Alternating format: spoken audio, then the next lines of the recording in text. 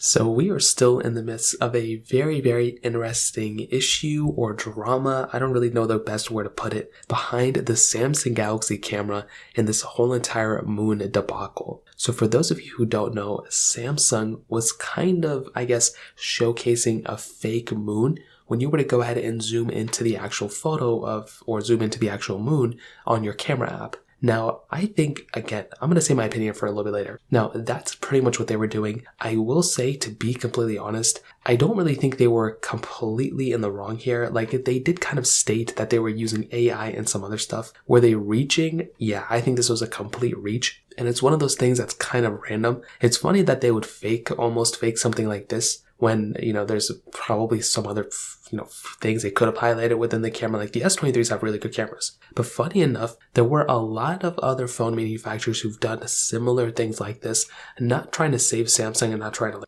be a spokesperson for them. I'm not paid by them at all. In fact, I pay them a lot of money to buy their phones, and I hope they go ahead and, fix a lot of these issues. And to be honest, they have fixed a couple of things like the Snapdragon 8 Gen 2 chipset specifically for the Samsung devices, but we've seen Apple do some things like this too. We've seen Apple go ahead and give us like fake eyes in our FaceTime calls, if you remember that not too long ago. There were some other things, some other phone manufacturers gave us the ability of editing like crazy and changing a lot of things. And if you remember, there was a time where Apple was actually going through and I think softening the color of our skin on some of our photos and kind of changing and adapting the skin color to the photo, which for some people that might be okay. For, other people that might not be okay. For me personally, I do have darker skin, so it would be kind of nice to keep it, in the same color. But those are just some examples of, Samsung kind of not doing the same thing. But those are just some cases of basically other manufacturers doing somewhat similar things. Now, with this specific case, I do think that if Samsung was going through in marketing saying, hey,